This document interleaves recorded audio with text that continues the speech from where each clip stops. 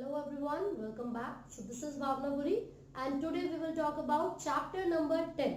So जो chapter number 10 है उसका नाम है Microbes in Human Welfare. तो इंसानों के लिए यानी कि ह्यूमन के फायदे के लिए कौन से माइक्रोब्स को यूज किया जाता है, आज हम उन्हीं के बारे में बात करेंगे. तो सबसे पहला क्वेश्चन ये है कि माइक्रोब्स होते क्या है. सो बेसिकली जितने भी नेकेड आई से ना दिखने वाले ऑर्गेनिज्म हैं, जितने भी माइक्रो ऑर्गेनिजम्स हैं जो कि बिना माइक्रोस्कोप के या फिर नेकेड आई से हम नहीं देख सकते, उनको माइक्रोब्स कहते हैं. ठीक है. हाँ, लेकिन अगर आप उनको एक लार्ज स्केल पर ग्रो करवाते हो, अगर उन ऑर्गेनिजम्स की आप कॉलोनीज को ग्रो करवाओगे तो वो मतलब नेकेड आई से भी विजिबल हो सकते हैं. ठीक है. अब ये जो माइक्रोब्स हैं किस तरीके से ह्यूमन के लिए बेनिफिशियल होंगे, कहां कहां पर प्रेजेंट होते हैं और इनके एग्जांपल्स क्या हैं, तो फटाफट से देखते हैं. मैं आपको बता दूं कि ये जो माइक्रो ऑर्गेनिजम्स हैं यानी कि जो माइक्रोब्स हैं, सबसे पहले डिफाइन हम इसकी क्या लिखेंगे, the micro organisms that can not be seen bye naked eyes. ठीक है भाई, ऐसे ऑर्गेनिजम्स जो कि इतने छोटे होंगे कि नेकेड आईज से हम उनको देख भी नहीं सकते. ठीक है. और अभी मैंने बताया कि अगर हम इनको कॉलोनीज में ग्रो करवाएंगे तो these colonies could be visible by the naked eyes. ठीक है, क्योंकि कॉलोनीज में मिलियंस ऑफ बैक्टीरिया होंगे, मिलियंस ऑफ माइक्रो ऑर्गेनिजम्स या फिर माइक्रोब्स होंगे, है ना. अब ये कहां कहां पर मिल सकते हैं. These organisms could be found in soil या फिर एयर में, वाटर में. ठीक है. इसके अलावा वो ह्यूमन की बॉडी के अंदर या फिर ह्यूमन की बॉडी के बाहर भी, सरफेस पर भी मिल सकते हैं. अपार्ट ऑफ दिस आप ये देखोगे कि सिर्फ ह्यूमंस ही नहीं, जो एनिमल्स हैं और जो बाकी प्लांट्स हैं उनके अंदर भी ये माइक्रो ऑर्गेनिजम्स प्रेजेंट हो सकते हैं. तो हम यहाँ पर लिख रहे हैं प्लांट्स एंड animals. ठीक है. and the human beings are also included under animals. चलिए, तो फिर ये तो मुझे पता चल गया, लेकिन क्या वो एक्सट्रीम कंडीशंस में भी मिलेंगे? बिल्कुल मिलेंगे.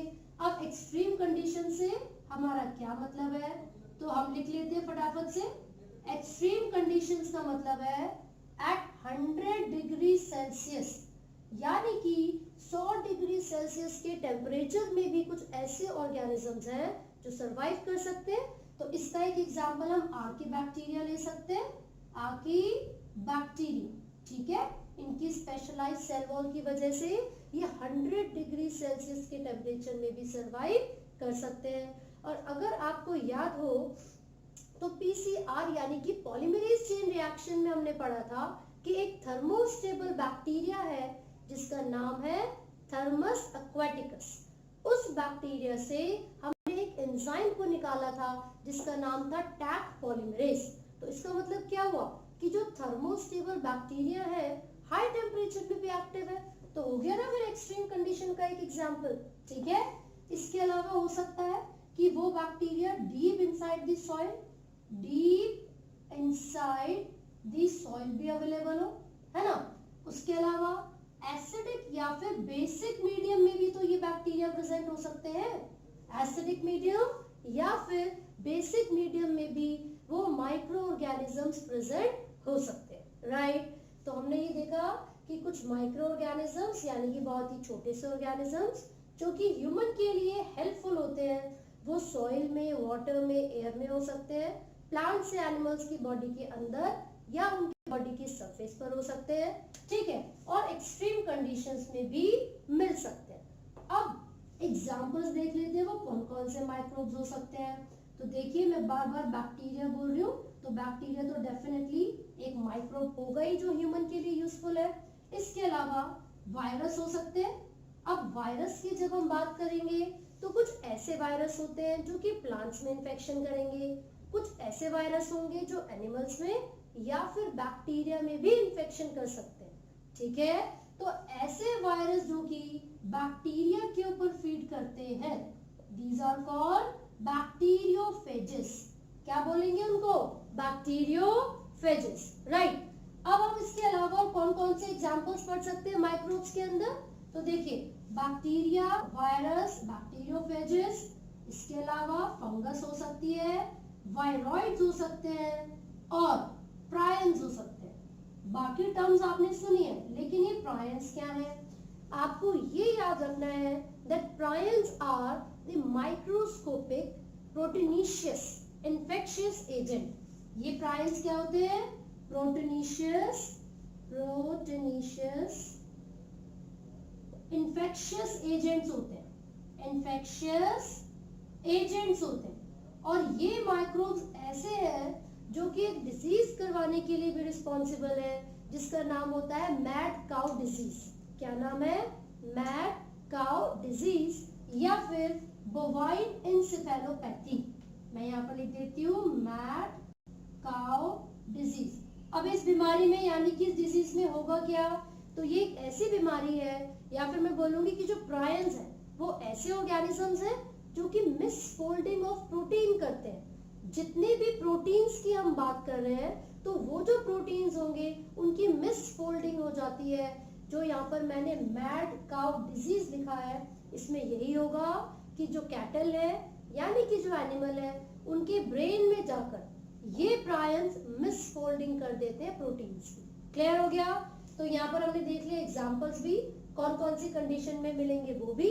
अब मैं आपको एक डायग्राम बना के दिखा रही हूँ, जिसमें हम बैक्टीरिया को न्यूट्रिटिव मीडियम में कल्चर भी कर सकते हैं। बैक्टीरिया को न्यूट्रिटिव मीडियम में कल्चर भी कर सकते हैं।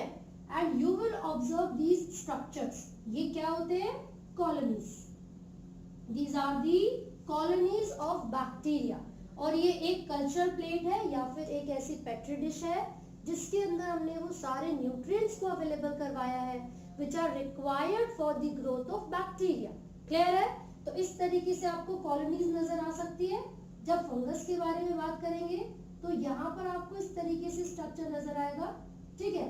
It shows the growth of fungi यानी कि ग्रोथ ऑफ फंगस। तो ये वो डायग्राम्स हैं जो कि एनसीईआरटी में ऑलरेडी बनाए हुए हैं। आपको ये डायग्राम्स बहुत अच्छे से देखने हैं। ठीक है? अलॉन्ग विद दिस बैक्टीरियोफेज का डायग्राम आप पढ़ेंगे और रॉड शेप टीएमवी यानी कि टोबैको मोज़ेक वायरस किस शेप का होता है? रॉड शेप का होता है। ये क्वेश्चन नीट में भी पूछा जाता है और आपसे 12th स्टैंडर्ड में यानी कि बोर्ड में भी पूछ सकते हैं। ठीक है? अब हम आगे बढ़ेंगे और बात करेंगे माइक्रोब्स इन ह्यूमन वेलफेयर या फिर ह्यूमन वेलफेयर तो पूरा ही चैप्टर है। एक स्पेसिफिक टॉपिक जो हमें गिवन है इसके अंदर वो है माइक्रोब्स इन हाउस होल्ड, मतलब ह्यूमन के जो घर के काम होते हैं उसमें किस तरीके से ये माइक्रोब्स इन्वॉल्व है। तो हम लिख रहे हैं हाउस होल्ड। ठीक है? तो सबसे पहले जो एक एग्जाम्पल हम हाउस होल्ड में लेंगे वो है lactobacillus and some other bacteria called, जिसको कॉमनली कहते हैं LAB, LAB, lactic acid bacteria. ठीक है? तो सबसे पहला एग्जाम्पल है लैक्टोबैसिलस। ठीक है? And some other which are called LAB यानी कि लैक्टिक एसिड बैक्टीरिया। आपको ये नाम बहुत अच्छे तरीके से याद रखने हैं। ठीक है? अब इसका फंक्शन क्या है? जो ये लैक्टोबैसिलस है वो क्या करता है? देखिए, ये मिल्क को सेट करेगा कर्ड में। दूध को दही में बदलने का जो काम है वो लैक्टिक एसिड बैक्टीरिया का है। और नाम से पता चल रहा है कि लैक्टिक एसिड की फॉर्मेशन होती है ना? तो कैसे फॉर्मेशन होगी? हम क्या करेंगे, एक कंटेनर लेंगे जिसमें ल्यूक वार्म मिल्क लिया जाता है। क्या लेते हैं? मिल्क, जिसको आप बोलते हो गुनगुना, है ना? तो हमने ल्यूक वार्म मिल्क लिया। इसके अंदर मैं आपको दही जमाना सिखा रही हूँ। अब इसके अंदर आपने क्या किया, 1 चम्मच कर्ड यानी कि जो योगर्ट है या सिंपल जो दही है उसको आपने ऐड कर दिया। ठीक है? बेसिकली यहाँ पर जो कर्ड आप ऐड कर रहे हो it acts as an inoculum. Inoculum का मतलब होता है स्टार्टर। ये एक स्टार्टर की तरह काम करेगा और ये कर्ड जब मिल्क के साथ मिक्स होता है तो जो बैक्टीरिया उसके अंदर प्रेजेंट होंगे, लैक्टिक एसिड बैक्टीरिया, वो क्या करेंगे, मिल्क के प्रोटीन्स को डाइजेस्ट करेंगे और उसको कोगुलेट करना शुरू कर देते हैं, यानी कि मिल्क को जमाना शुरू कर देते हैं। तो let me write it here,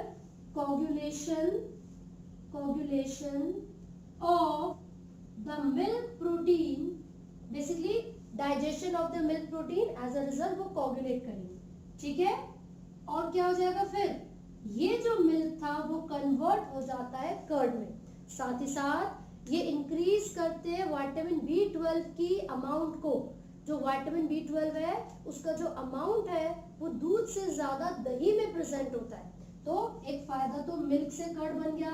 दूसरा, increase the amount of vitamin B12, increase the amount of vitamin B12। साथ ही साथ ये जो बैक्टीरिया है ये ध्यान रखेंगे कि हमारे स्टमक के अंदर कोई फॉरेन पार्टिकल तो नहीं आ रहा है। बेसिकली ध्यान रखेंगे कि डिजीजेस ना हो, बीमारियों से बचाने का काम है ना। बैक्टीरिया कीप अ चेक और अदर डिजीज कॉजिंग माइक्रोब्स, यानी कि बीमारी करवाने वाले माइक्रोब्स का ध्यान रखेंगे, उनसे हमें बचाएंगे। तो ये हमने फायदे पढ़े हैं लैक्टोबैसिलस या फिर लैक्टिक एसिड बैक्टीरिया के। हाउस होल्ड के अंदर किस तरीके से हम इसको यूज करेंगे, राइट। तो तीनों फंक्शंस आपको पता होने चाहिए क्योंकि आपसे क्वेश्चन पूछा जा सकता है।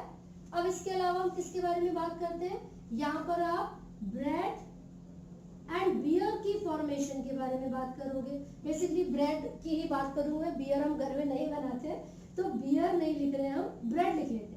तो एक यीस्ट यानी कि एक फंगस है जिसका नाम है सैक्रोमाइसिस सर्विसी, सैक्रोमाइसिस सर्विसी, ठीक है।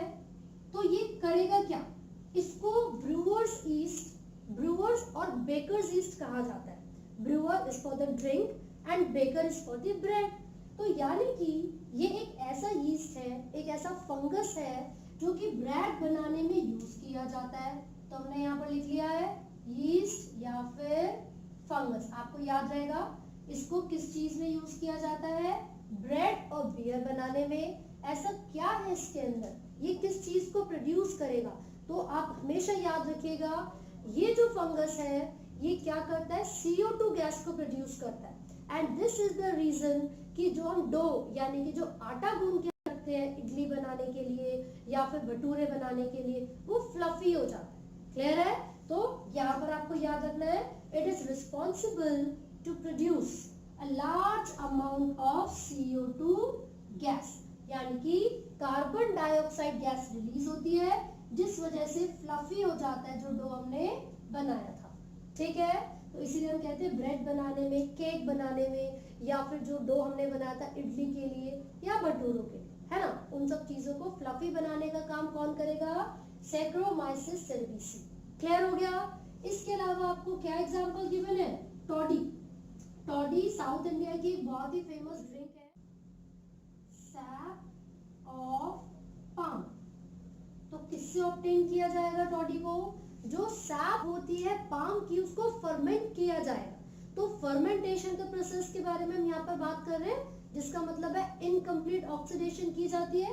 तो जो सैक्रोमाइसिस सर्विसी था वो भी फर्मेंटेशन करवा रहा था, और यहाँ पर भी पाम की फर्मेंटेशन की जाती है। उसकी जो छाल है, जो ब्रांचेस है, उनको हम क्या करेंगे, फर्मेंट करेंगे, तब जाकर एक ड्रिंक तैयार होती है साउथ इंडिया में जिसको टॉडी कहा जाता है। क्लियर हो गया।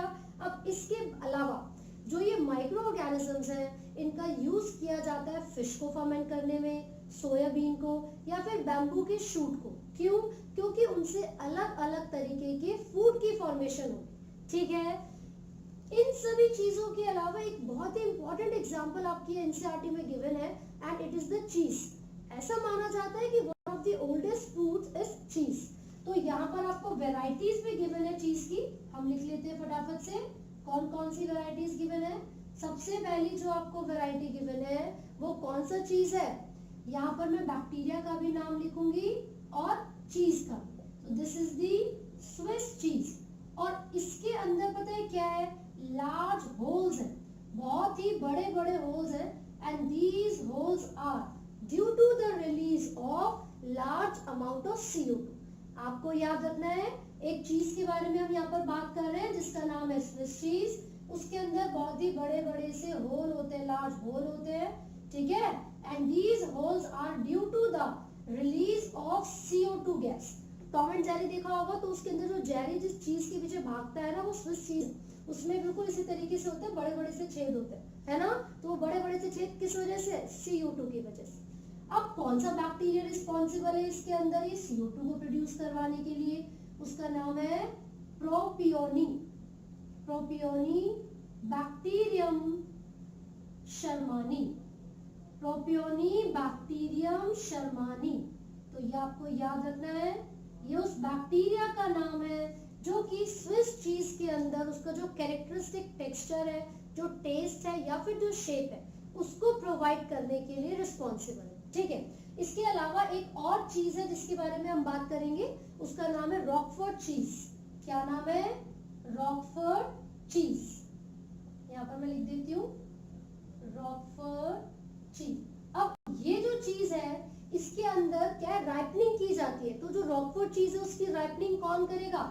एक फंगस रिस्पॉन्सिबल है इसकी राइपनिंग करने के लिए। And the name of the fungus is penicillium roqueforti, penicillium roqueforti या फिर रॉकफोर्टाई भी इसको हम प्रोनाउंस कर सकते हैं। तो यहाँ पर हमने कुछ अलग अलग प्रोडक्ट्स के बारे में बात की है जो कि माइक्रोब्स का इस्तेमाल करके बनाए जाते हैं हाउस होल्ड में। सबसे पहले हमने लैक्टिक एसिड बैक्टीरिया की बात की, देन सैक्रोमाइसिस सर्विसी यीस्ट के बारे में बात की, जिसको बेकर्स यीस्ट या फिर ब्रूअर्स यीस्ट भी कहा जाता है और फर्मेंटेशन में यूज किया जाएगा। उसके अलावा बहुत सारे ऐसे माइक्रोब हैं जो कि ड्रिंक है साउथ इंडिया की टोडी, उसको बनाने में यूज किए जाते हैं क्योंकि वो फर्मेंट करते हैं पाम को।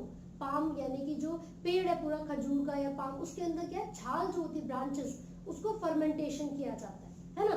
उसके अलावा हमने बहुत ही जो पुराने फूड है जैसे कि चीज, उसकी बात की। दो तरीके की चीज की हमने डिस्कशन किया था, स्विस चीज एंड रॉकफोर्ड चीज। स्विस चीज के अंदर लार्ज होल्स होते हैं CO2 की वजह से, एंड दीज जो लार्ज होल्स है, these holes are due to the Propionibacterium shermani. This is the bacteria. And Roquefort cheese एक फंगस की वजह से राइप होता है जिसका नाम क्या होगा?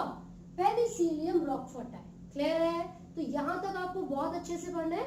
ये हमने माइक्रोब्स के बारे में पढ़ा है हाउस होल्ड के अंदर। सो अगर आपको कोई भी डाउट है आप कमेंट कर सकते हैं। And do not forget to like, share and subscribe.